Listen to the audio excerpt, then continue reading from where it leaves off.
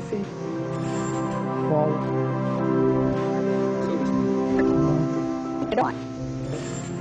PC. Join. Forward. So.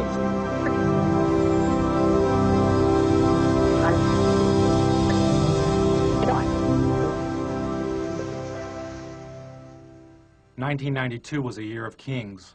There was the LAPD beating of Rodney King, videotaped from an apartment balcony, and the hovering coverage of TV cameras and helicopters circling the city as the public rebelled.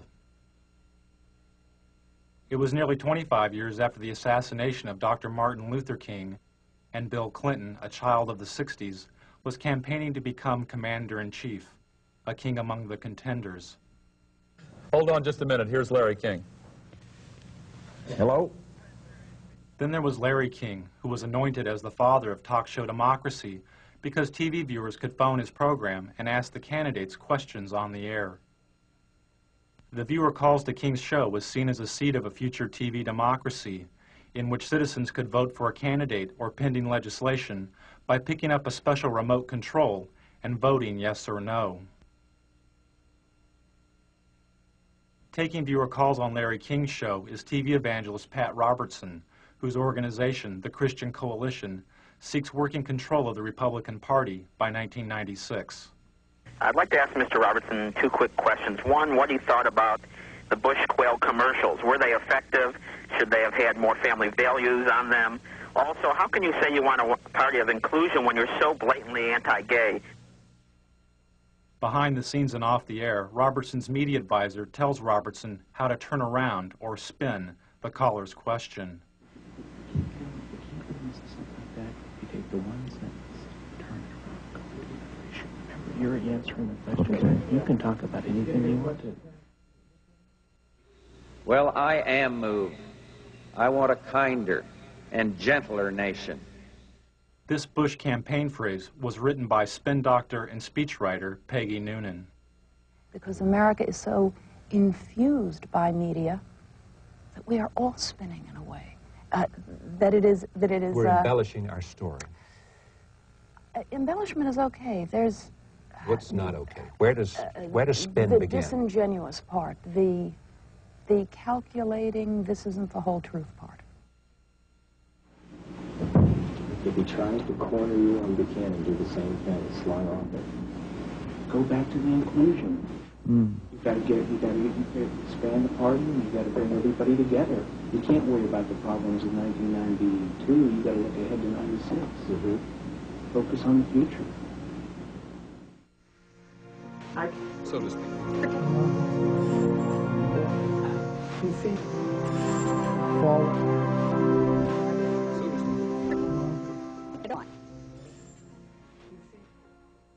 Anyone with a home satellite TV system, like the ones you see in bars or in people's yards, could have picked up Robertson and his spin doctor chatting off air. Dish owners are able to receive two types of TV. One is the regular TV programming you normally see on cable or the broadcast networks. Is that Helmstead still the next one? The other type of TV is the satellite feed, in this case the feed of George Bush and Larry King chatting during a commercial break. Kind of weird being seen around the world. Technology. It's amazing. I think Saddam Hussein is watching this during that.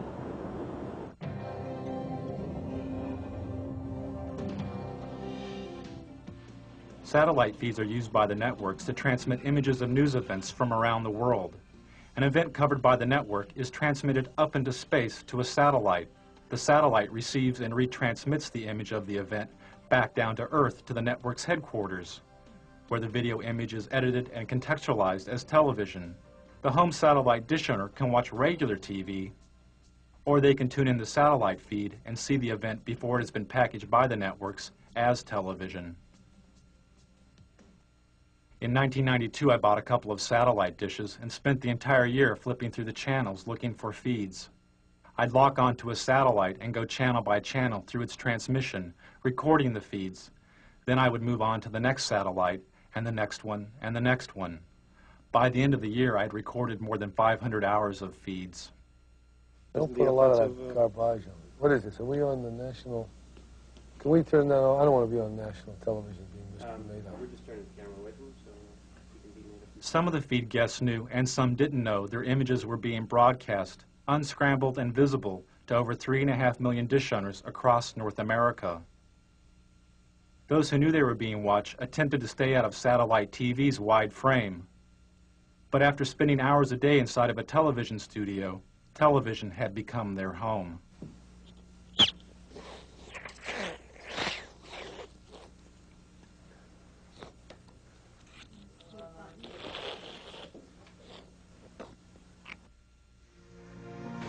So to speak. PC. Forward. So to speak. PC. 1991 and 92 had been years of political extremes for George Bush. After the Gulf War in 1991, he had the highest approval rating of any president in modern history. But as the U.S. economy fell, so did Bush's ratings and his health. He and the First Lady Barbara Bush developed a thyroid condition known as Graves' disease. As Bush's ratings fell further, he decided to appear on Larry King's show. His appearance marked the first time a U.S. president had been on a call-in talk show in over 15 years. You feeling well, by the way? Yeah? Are you feeling well? You're good. Lucky. Running still and played tennis yesterday. What is that disease you had? Crohn's? No, not Crohn's. Just thyroid. I don't know what he's got in What are they drug treated, right? Take the drug every single morning. Little blue thing, Synthroid or something. And it wasn't hard. It's what the thyroid does to make your heart fibrillate. It's been very good. I took Halcyon for a long time after my heart surgery. Are you often at it? I don't know that it's bad, Larry. It's the best sleeping pill in the world, but not daily. No, oh no. Okay. Now it's got such a bad rap. Halcyon had gotten such a bad rap that its product license in Britain was provisionally withdrawn. Some users of the drug complained of amnesia, anxiety, delusions, and hostility. When Bush started the election year, he was taking a sedative during a visit to Japan when he fainted and threw up on the Japanese Prime Minister. For Bush, the image of the event could have been devastating. News stories of Jimmy Carter's fainting created a symbol of a failed president. It haunted Carter throughout his campaign and helped Ronald Reagan reach the White House. The first minute of Bush's fainting episode and the reaction of the frightened dinner guest was not released by the networks and is not seen here. Only this footage after the initial fainting was made public. Newsweek magazine published a story about the event with photographs from the censored Bush fainting episode, but the photographs obscured the view of the president's face. All traces of Bush's nauseating performance would be cleaned up by the White House television crew. Even this mantle photo of Bush's face next to a white baby's blanket may have looked too much like his face in Barbara's white napkin in Japan.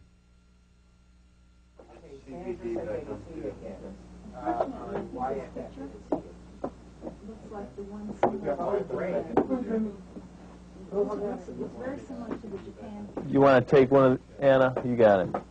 Do whatever you need to do. So to speak. PC. Forward. So to speak. PC.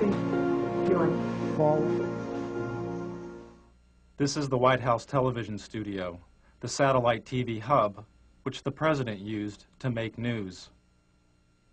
From the White House studio, Bush would go up on a satellite, give a 5-minute interview with a local news anchor, disconnect, hook up with another local news anchor, give an interview, disconnect, hook up with another one, and do this again and again and again.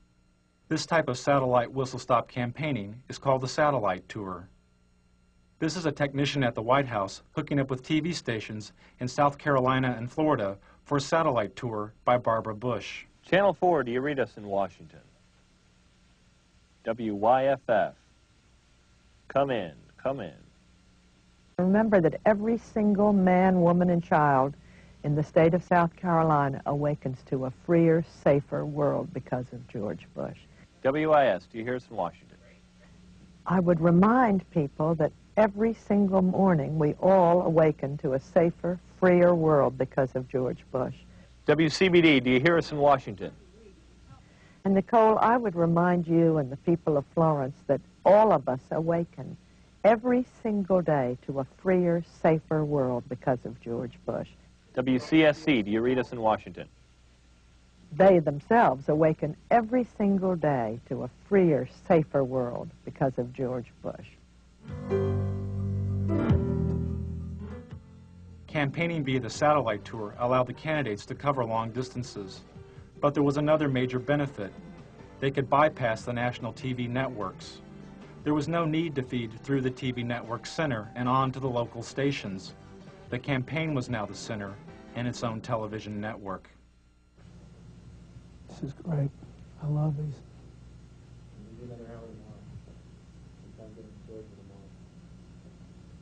Can we do any more? We do some now. We do those two now.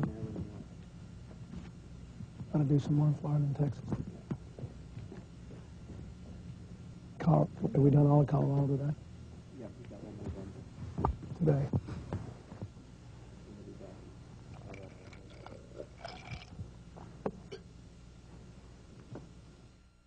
Another way the candidates made news was by creating their own TV news stories called the video news release.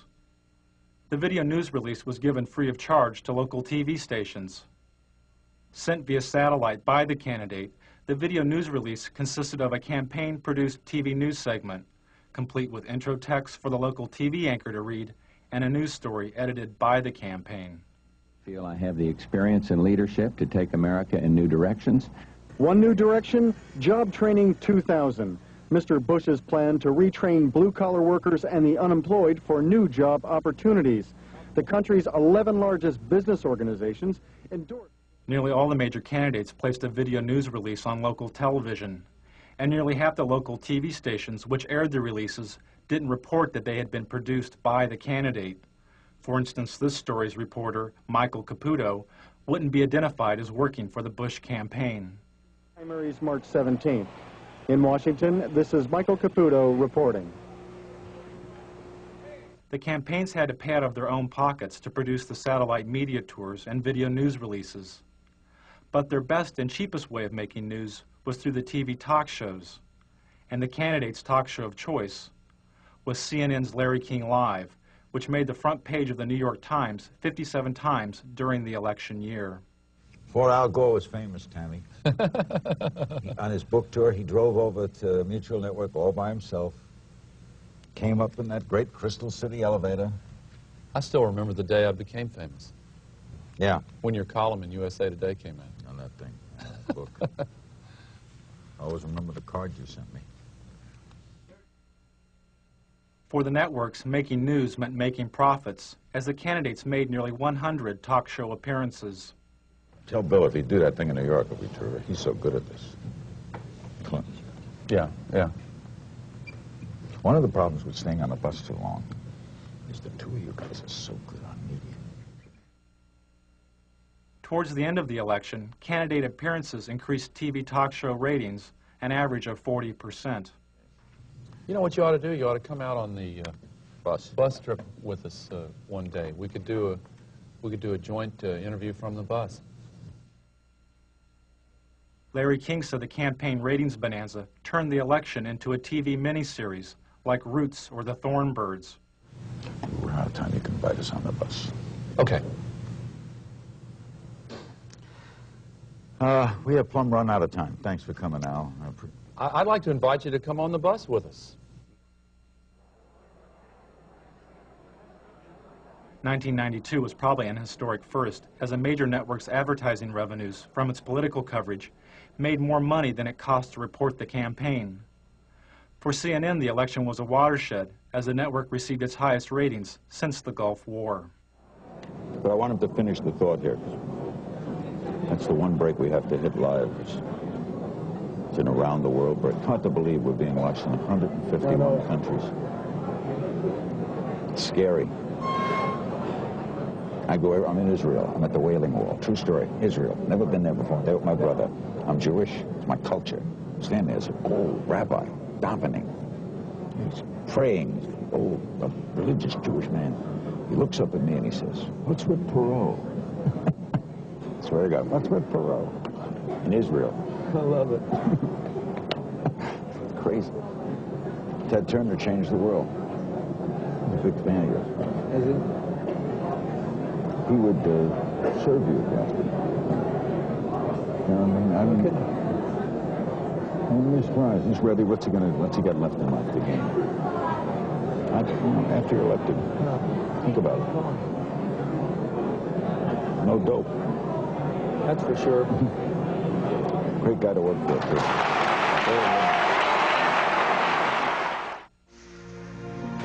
So to speak. PC. Forward. So to speak. Get on. PC. Doing. Forward. So to speak.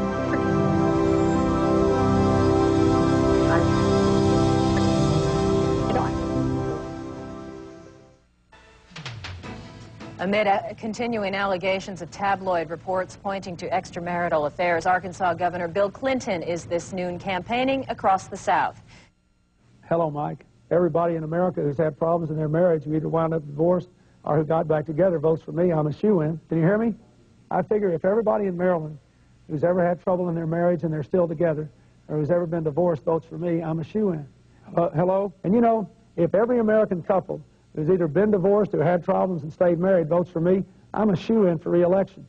I think the American people are smarter than the pundits.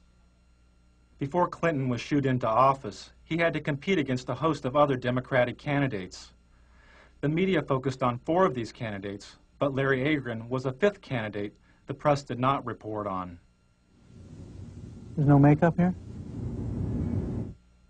During the 1992 U.S. Conference of Mayors, the New York Times reported that, quote, "Dozens of mayors seem to agree on one thing. The single candidate who truly understands urban needs is Larry Agron," unquote. They promised to bring this stuff over. None of the networks mentioned Agron's presence at the convention. How about if I run over that Super Saver? One of Agron's staff had to run over to the Super Saver and buy some makeup because the network had broken its promise to provide it. This was typical of the media's treatment of Agron. When he appeared at this Democratic candidates forum, this Associated Press photo simply cropped Agron out of the frame. During the New Hampshire primary, the TV news reported the polling numbers of the top 5 Democratic candidates: Brown, Clinton, Harkin, Kerry, and Tsongas. When Agron moved into a 3-way tie with Harkin and Brown with 2% of the vote, most of the TV news didn't mention Agron. The day Bill Clinton captured what may have been the most valuable airtime of the entire election, as he spoke to 50 million viewers about his alleged affair, was the same day that a poll showed Agron's support at 4%. He had passed Brown and was the 5th leading candidate. When ABC's Sunday Evening News reported this poll, they simply deleted Agron entirely by not reporting his candidacy. During the New Hampshire primary, Agron's only live commercial TV appearance was through this satellite feed to ABC's Nightline. But the Nightline program wasn't directly about the election. When Agron complained to news executives about his lack of coverage, he was told he had not earned the right to media exposure because he had not received enough media exposure. And on stage, the 5 major contenders for the Democratic presidential nomination. Although Agron was on the ballot in nearly half the country, he was barred from most televised debates, including this one sponsored by the League of Women Voters. He couldn't meet one of the League's main criteria, which was, quote, recognition by the national media as a candidate meriting media attention, unquote. Good evening and welcome to the Democratic presidential candidates debate on urban America. Agron wanted to debate on urban America, calling for a 50% cut in defense spending and the reinvestment of some of that money into America's decaying cities. We are going to be coming to you, live from Lehman College, and you'll hear a bit of a disturbance in the background, but we'll go on with that in any case. The disturbance is Larry Agron asking to be included in the debate so that he can explain his plans for defense cuts and urban revitalization. Transfer of President Ferdinand Ferrer, and Mr. President, I suggest you wait for just a moment till the man is quieted or chooses to quiet down. All right. Agron was quickly arrested. His court date fell on the first day of the Democratic National Convention. During this campaign, but very little said about the problems facing America's cities. Tonight, we'll change all that. Without media exposure and the debates, Agron couldn't quickly receive federal campaign funds, and his candidacy lost momentum. You look all right on camera. What's that? You look all right, there's no hot spots. Really? Okay. Well, you I got a mustache that shows through here. Okay, why don't you go get some stuff, Mike? Oh, yeah. There we go. Campaign funds. The Democratic Party refused to include Agron in the debates or speak to the networks on his behalf. Agron talked about his exclusion, saying, "I've challenged my own party for its continuing complicity in Cold War thinking, Cold War rhetoric, and Cold War budgets." To restore order right now, there are 3,000 National Guardsmen on duty in the city of Los Angeles. Another 2,200 stand ready to provide immediate support. So to speak. You see? Forward. So to speak. Get on. You see? You want forward. Oh, what a beautiful morning. In 1992, the networks had their own solutions for urban decay. This morning we're here looking for solutions. CBS looked for solutions at LA's Martin Luther King Hospital. Well, a hospital like Martin Luther King can see more trauma than all of Western Europe does in a year. In fact, there's so much trauma there that the U.S. Army sends its combat surgeons there so they get a sense of what these very severe wounds were like. In fact, when I was in the Gulf War, a number of the senior combat surgeons had trained right here at Martin Luther King Hospital. Dr. Bob, thanks.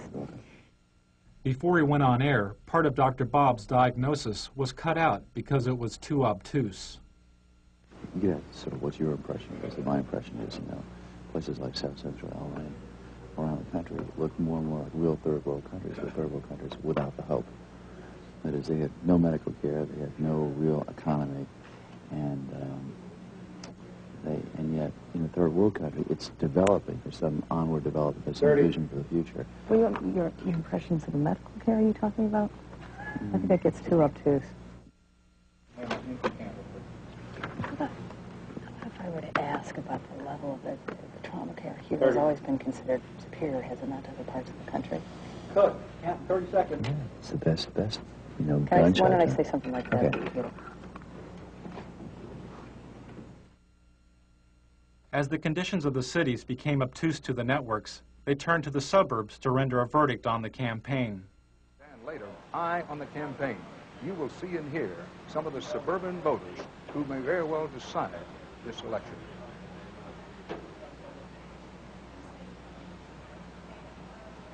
Back now live from St. Louis. There is news far beyond this city tonight. In, what is this? In Hawaii. In Haiti. Oh, well, they all look alike.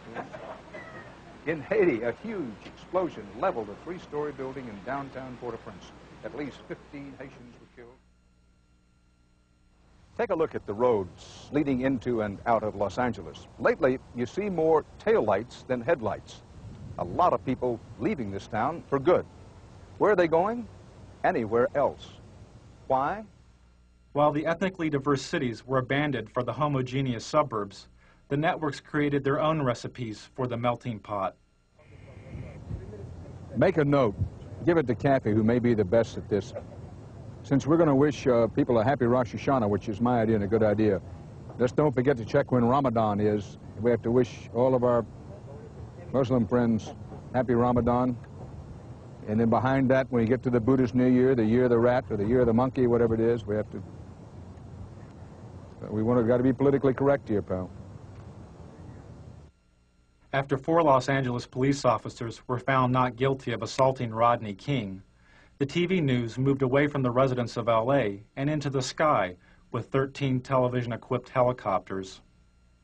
No justice, no peace. No justice, no peace. I'm sorry, we're still hung up in our court here. They're just marching up and down the streets, and they formed a big bulkhead here at the end of the corner. The distant coverage in the sky was emulated on the ground by the scarce street reporters who tried to glide by without speaking to the protesters of the verdict. With the chants, no justice, no peace is what they're chanting. You can hear them now. We can still going here. Now let's go. No justice, no justice, no peace. No justice, no peace. We ain't got nothing to say. Never have change, people.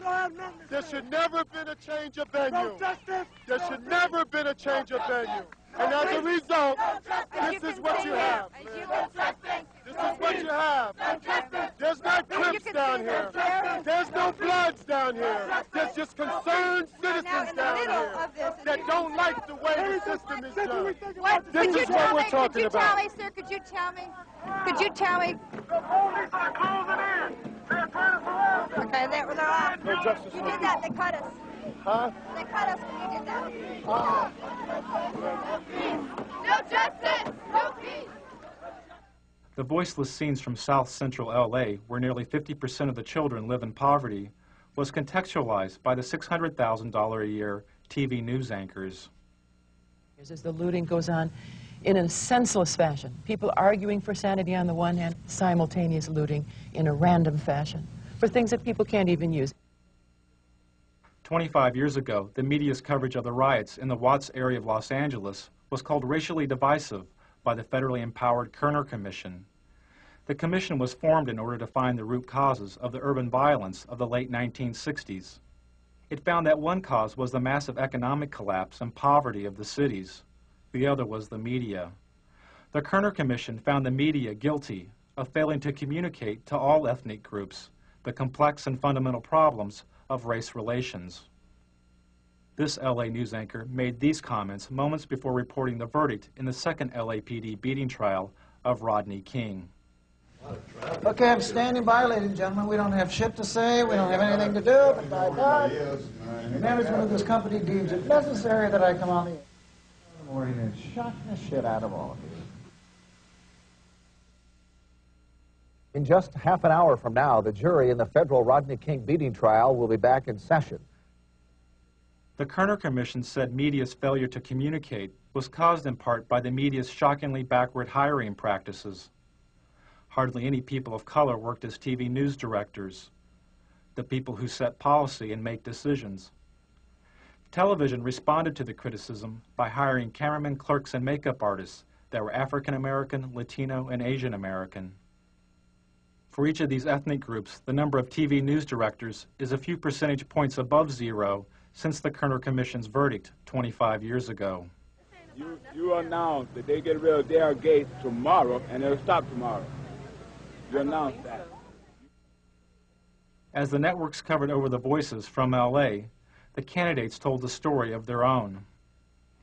I felt anger. I felt pain. And I thought, how can I explain this to my grandchildren? This was very effective. Yeah. What? Bush's story was great. No, and also when he talked about talking about harboring your kids. About How to explain this to my grandchildren was great. And given the fact that this is a presidential election year, it's also a challenge to the man who would challenge the president for the country's leadership. But if you can really tell one good story about you.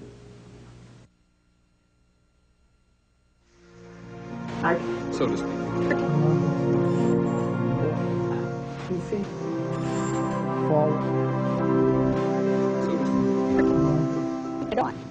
Of course, everyone knows the old rhyme. In 1492, Columbus sailed the ocean blue. We know his voyage took him to the New World, and his arrival changed the world forever. But beyond that, much about Columbus remains the subject of some dispute. During the celebration of the 500th anniversary of Columbus's discovery of the Americas, the only satellite feed I found with a Native American guest was this feed to a local morning talk show. The guest is a historian and a member of the Cherokee Nation. You said he presided over death of 250,000 people. No, that wasn't at his own hand. That was others who followed him and disease and that sort of thing. No, he couldn't control. No, I'm talking about like his first 2 years here, 250,000. It's pretty well documented. He took his interpreters, he took his guides as slaves. He chopped off the hands of anyone over 14, any male over 14 who couldn't bring him gold. He took women as sex slaves for his men.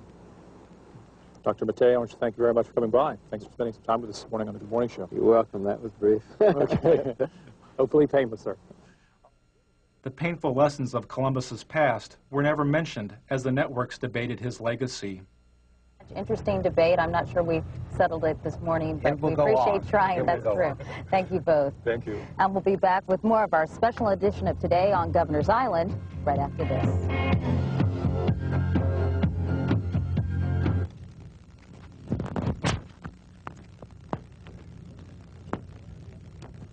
What did he say that made any sense? Anything? They just, think that he ruined the paradise and had no respect for nature and treated the Indians like dog do and... What the hell is he One know? minute. Okay. So to speak. Feet forward. Get on. 2 feet. Forward. I think I'm pregnant. The woman on the screen is Murphy Brown, a fictional TV sitcom character. Doesn't help matters when primetime TV has Murphy Brown. He is talking about you. Epitomizes today's intelligent, highly paid... Vice President Dan Quayle blamed the LA riots on its citizens' lack of family values, instilled in part by the Murphy Brown TV character.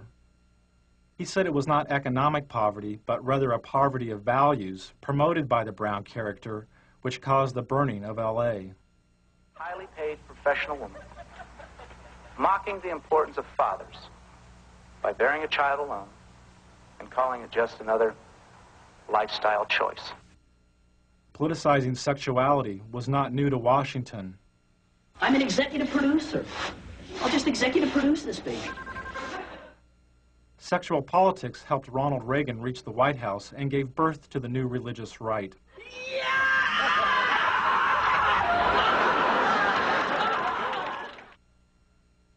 After the Republicans lost the presidency to Jimmy Carter, some conservatives theorized if the Republican Party would oppose abortion, they could split the strong Catholic voting bloc of the Democrats and elect a Reagan and Bush ticket to the White House. As a senator, George Bush was against outlawing abortion. But as Reagan's vice presidential running mate, Bush changed his position and supported a ban on abortion. Well, you haven't given us any specificity about where you stand on this, Senator. In the past, particularly in the House of Representatives, you voted against federal funding for abortions, and that meant for poor women. In some circumstances. Well, tell us the circumstances, please. All right. The circumstances debated have involved rape and incest and life, where the life of the mother is in jeopardy. As a congressman, Al Gore voted against using federal funds for abortion. But as a vice presidential candidate, he changed his position and supported using federal funds for abortion as part of the Clinton health care plan. That's what freedom is all about. That's what tolerance is all about. That's what our country stands for. Well, I'm still confused. I'll try one more time. When you voted against federal funding for abortions, except under the three circumstances you outlined, had your vote carried the day, you would have imposed your belief on poor women in this country. There was no and there is no national health insurance program today. We do not have the kind of comprehensive coverage. After the abortion questions, Gore's media advisor tells him how to turn around or spin the A question.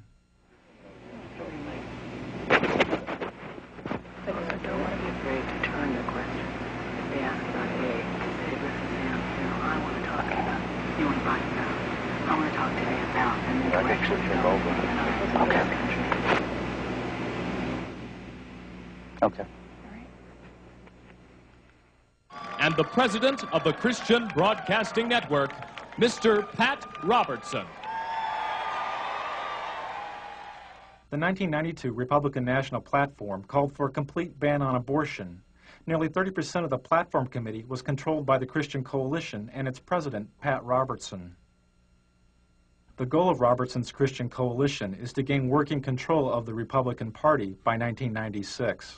I have 2 television networks. I have 3 radio news networks. I'm starting Standard News. I have 50 reporters right now working for me that are very fine. Robertson's reporters work for his Christian Broadcasting Network, or CBN. Through the 700 Club, CBN News reports reach over 43 million homes in the U.S. Operation Rescue has targeted 5 abortion clinics in Buffalo for a minimum of 2 weeks of activities aimed at shutting the facilities down. In 1992, Operation Rescue was a top news story for CBN. A battle both sides vow to win. Andrea Francis, CBN News.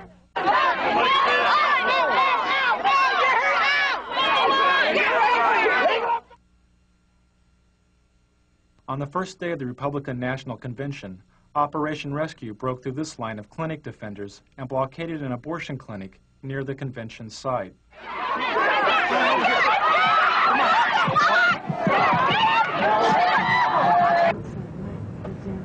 That same day, Robertson had this discussion with a CBN staff person. I have sent word to keep that Operation Rescue. I don't want one word on this program this week about Operation Rescue. Well, we're not. We're not. I don't want to cover it. I don't want to talk about it. And I want you to hear it. That same morning, Republicans who supported women's right to choose an abortion held a rally in Houston led by Ann Stone.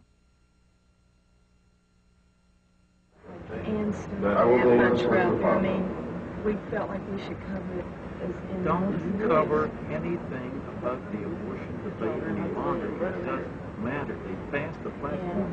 We need to get cameras covering our rally, our God. Oh, we're there. We're going to be there. And Does it start? And then you need cameras shooting or me sitting in the vice president's spot. Various things. You can have the president's spot? Both. Both. 5 minutes before. But I believe in objective news. I believe in balanced news. I don't want to slant the news. I just want to tell it like it is. How many cameras? Camera crews do it. We have 2 here. Get 2 reporters and you stick those cameras in face anybody you want to and start asking questions. Hey, You Luke. want to ask a tough question, ask a I let tough them question. know Don't be right now we nice. have a I mean, get out there. Don't even say who you're from. He doesn't show them. We'll just go from the What do you think is the president of Texas? You think this thing in person there might be a military gimmick? You think that's election? I mean, And then Pat will discuss with them you know out what of I'm it. saying? I mean, and the camera right in their face. Senator, go up and ask you a question. Boom. We'll do. We'll do it. They want to play hardball. We play hardball. I'm not sure at that point it's going to go up.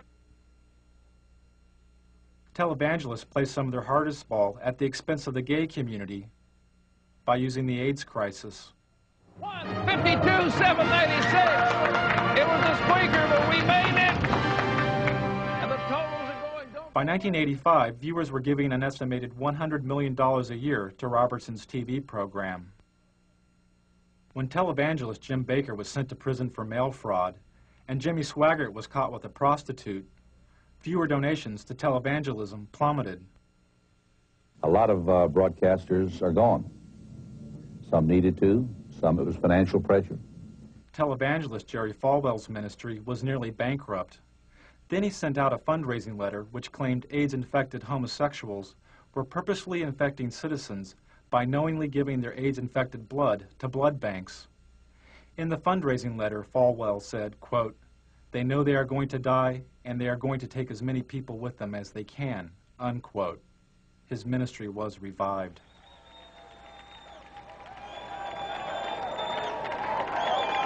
"75 years ago, a plague descended upon the world and covered the nations of Eastern Europe like a dark cloud. But ladies and gentlemen, a more benign but equally insidious plague has fastened itself upon the families of America. At the Republican National Convention, Robertson characterized communism and government bureaucracies as plagues, a thinly veiled reference to the AIDS crisis.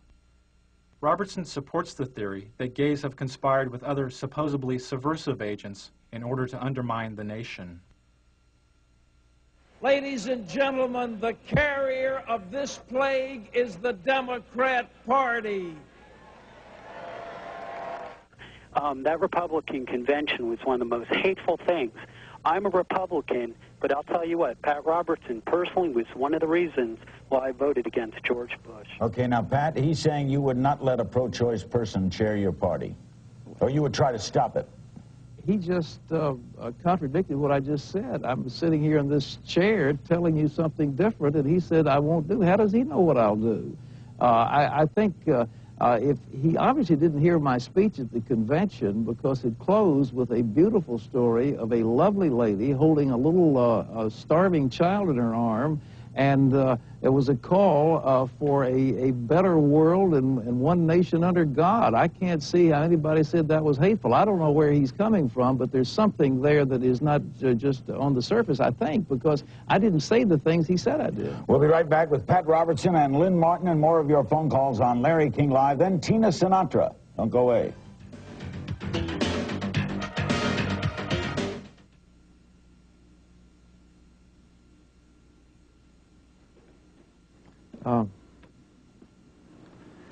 That guy was on the wall. Yeah, sure alive. Eating the gravel.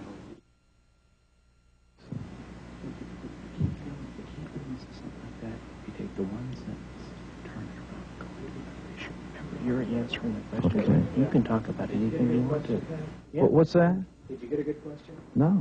This last one is. The last one, I didn't get it. I said, who in the heck is screening these calls? I've had one person call him a bigot. I've had another person call him a zealot. Let's get some balance out there. Well, the last one. It's too late. The last one's okay, but the first three were all homosexual. I know. I've had this before. You can answer the question any way you choose to. I hear you. All right? Remember, so take it where you want it to go. Take it where you want it to go. I don't like the producer of this segment.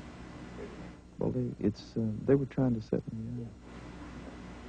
That's what they told me. And that's what the Harris people told me.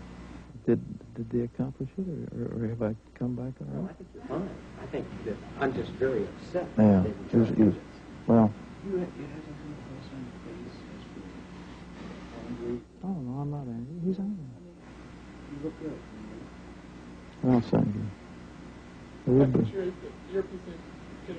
I think they'll be out of here in about another. I hear you. You're right. So to speak. You see?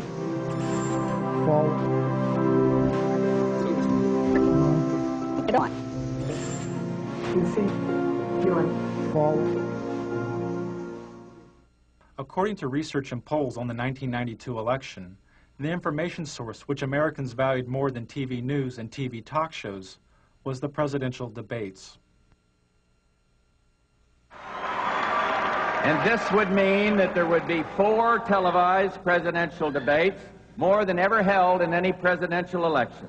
And if Governor Clinton is serious about debating, he will accept this challenge, and he will instruct his campaign officials to meet promptly with my campaign officials to work out the details directly between the parties. Let's get it on. Bill, baby, let's do it. Get it on, as we say. Let's get up there and get it on, side by side. Sunday night, Mr. Bush is going to go on Larry King Live. So what I think is, Larry King ought to have us both on there and let the American people call their questions in. That's what we ought to do. Then we get the best of both worlds, one moderator and millions of questioners. I think it would really be a great thing. So I've asked our people to contact Larry King and see if we can arrange it. I'm ready to go. Let's get it on. Hi, Tom, can you hear me? Yeah. They've just confirmed both sides. They're meeting at 8 o'clock tonight. Okay. I think it's at Mickey's office. Malik, Teeter, Darman will attend for the president, and they have turned down Larry King, so I've rewritten my live lead. After Bush turned down Larry King's show as the site of the first presidential debate, the debate over who would be moderator of the debates continued, as seen in these satellite feeds recorded over a 10-day period. Al looks great. You saw where he proposed you as the moderator of the debates. Who? What didn't we? I think we did. Yeah. When he was going, when the president was going to be on the show. I'd be happy to be at it. That shocks me. I think David. I think if I'm on it, you get a very big. Yeah, I do too. I'm the fairest person, I think. I'll let you know. Right on.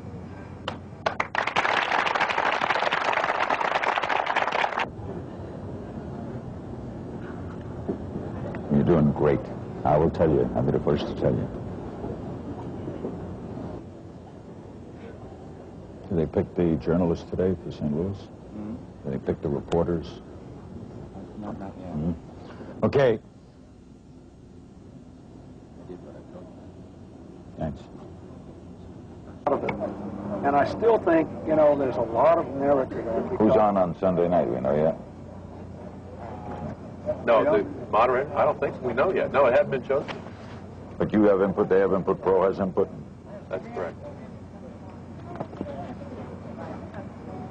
All right, right up my alley. That stuff's right up my alley. No one would get it in the edge. What's that? Be fair.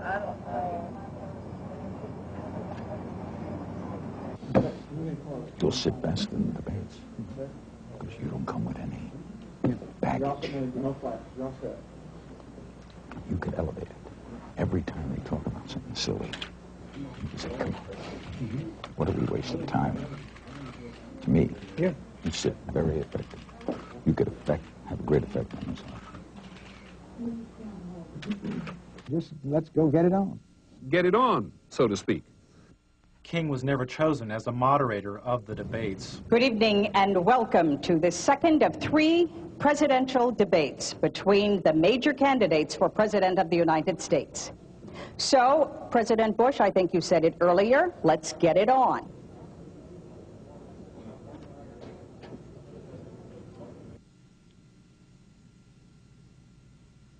Good morning. The latest presidential polls show President Bush is closing in on Bill Clinton in the final week before the election.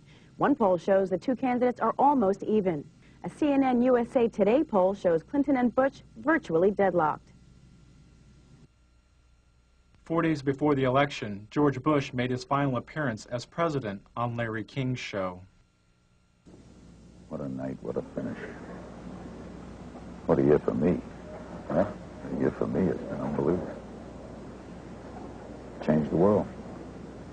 It's different. CNN poll today. Mm-hmm.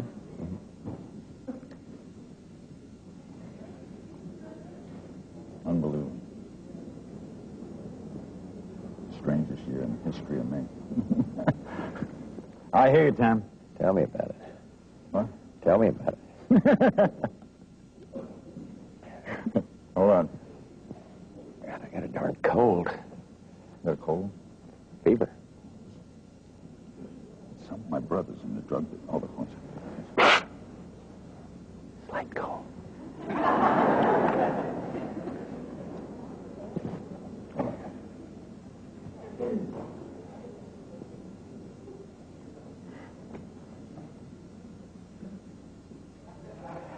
Thanks, Patrick. Right ahead, a historic evening. 90-minute special, Larry King Live, with the President of the United States and your phone calls. It's next from Racine, Wisconsin. Don't go away.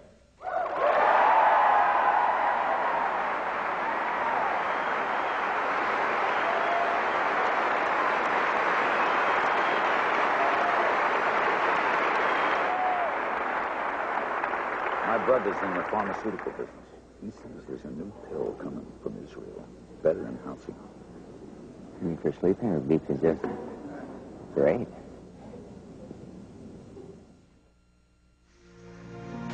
So to speak.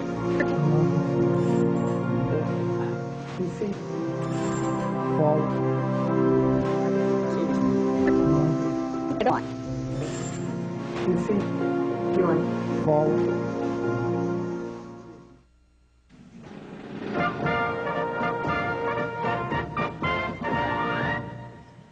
We're back. It's now shortly after 9 o'clock in the east. Polls are still open in the west, of course, in the mountain time zone as well. There's a winner in the Rocky Mountain states, Colorado, 8 electoral votes. Perot was a big factor, taking away... 3 years after Bush's defeat, the Christian Coalition tripled its active membership to 1.5 million members. Clinton's taken New Mexico, according to them. Its annual budget has more than doubled, and the coalition holds virtual veto power over the Republican nominee for president in 1996. Rhode Island. Delaware. Mr. Roberts, would you like to reorganize the Republican Party around the Christian tenets that you hold so dear? I would like to see a winning coalition like Ronald Reagan had. I think we've got to get economic conservatives together with social conservatives and some who are foreign policy advocates of the foreign policy initiatives that we've seen very successfully over the last 10 or 12 years, and to put together that coalition. And I think that the last thing we need is recrimination and finger pointing and that sort of thing. It's good. The Republican Party will probably have a splendid opportunity if we have some economic collapse in the next 2 or 3 years to come back strong in '96. Pat Robertson, thank you very much. Thanks. Frank Gumble? Tom, that's the closest we've seen to the start of what might be a round of finger pointing. How much of it do you think we are going to see? Well, I think that the Pat Robertson movement, and he's not the only one who's involved in it, is very important and to some Republicans a little terrifying right now because they're very well organized. He says we're very important and very well organized in county by county. Yes, the new religious round. They'll organize out of sight of the conventional machinery and then go out and win.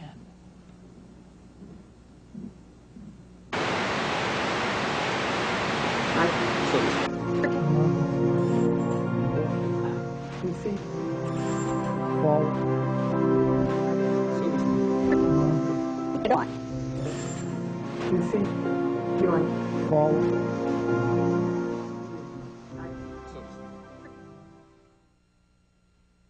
It was reported after the election that the Clinton White House uses the Department of Defense to intercept satellite TV feeds on a regular basis. This monitoring practice started during the 1992 election, as Al Gore's wife, Tipper, found out during the campaign. Everyone's watching on Little Rock. Okay. They're watching these satellite feeds? Oh yeah, we can. You know that we pull it whenever any of you all do a satellite tour. They pull it down on Little Rock on all the monitors and the whole headquarters. Just the actual interviews, not this part. The Clinton campaign also intercepted the satellite feeds of the TV network news. Clinton strategists would watch the network's satellite feed of a network news story about Clinton. This would give the strategist the ability to respond to the story before it ever aired on regular network television. I think his goal is almost within reach. Clinton's trying to lift his sights beyond the attack politics. 4 years. Feeling that his goal is almost within reach, Clinton is now trying to lift his sights beyond the attack politics of the campaign. Clinton also monitored the satellite feeds of his opponents. According to the American Journalism Review, the Clinton campaign intercepted the satellite feed of a Bush commercial 36 hours before the commercial aired on network television. But here's what Clinton economics could mean to you. $1,088 more in taxes. $2,072 more in taxes. By intercepting the feed, Clinton strategists had the ability to respond to Bush's ad before the ad had ever aired. 4 years ago, he asked you to believe him. Read my lips. Now he's asking you to believe his attacks against Bill Clinton. I need to get the big banner on the PVC. I need to use it as a tool to flush out the Bush Quail sign, the abortion, right in the corner there, and you copy it. This is a satellite feed of a Clinton rally. The person you just heard speaking was probably one of Clinton's security team standing near an open microphone on the stage. The instructions he was giving may have come from Clinton's staff in Little Rock, which regularly monitored the feeds of Clinton's rallies. Don't point. I know. And if somebody can rip that Dodger sign out of it, somebody's going to go this place doing. That abortion thing's going to kill us too. We can't block everything. Little Rock would watch the satellite feed of the Clinton camera slowly panning the audience like a surveillance camera. If they saw a protester at the public event, Little Rock could call the rally site to alert security. But whenever we do a live satellite feed of like a big rally or something, there was a really very interesting instance. The Buffalo rally, there were some protesters. And Little Rock saw it where the advanced people couldn't because they were backstage. So the desk, Dwight and those guys called the advanced people on the cell and said, no, walk 10 feet to the left. There's a sign in the camera shot there. Edge that guy over. I mean, so it's like Little Rock directed Buffalo and watched it dismantle on television. They watched the dismantling of a problem. Right. And they, you know, where the advanced person is in a sea of 2,000 people, Little Rock was able to say, move to, I can see you on TV. Now go 2 people over to your left. It was really very fascinating. High tech. Yeah, that's good. So that's why when they said there are shadows on your face, that was Little Rock calling, saying shadows on your face. Oh. See, everybody watches.